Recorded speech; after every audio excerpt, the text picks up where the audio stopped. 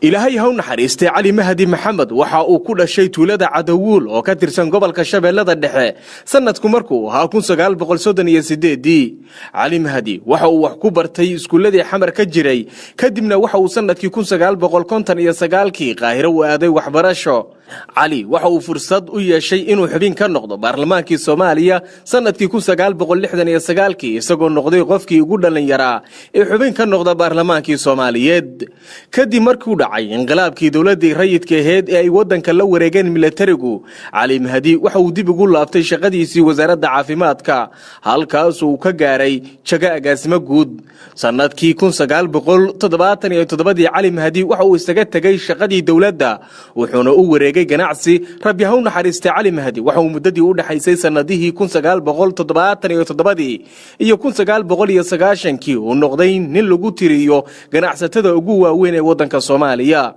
sideetamayadii cali mahdi iyo aqoon-yahano Soomaaliyeed ayaa waxa ay aasaaseen urur odayaal oo waraaq lagu codsanayo in wax looga bedelo siyaasadii Soomaaliyeed u diray madaxweynihii wadanka ee xilligaasi Maxamed Siyaad Barre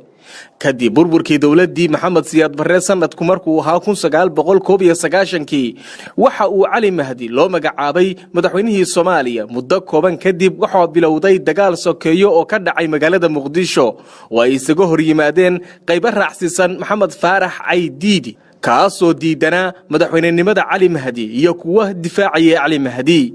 cali mahdi waxa uu xilka madaxweynenimada ku wareejiyay shirki ka dhacay magaalada Carta ee wadanka Djibouti sanadkii markuu ahaa 2000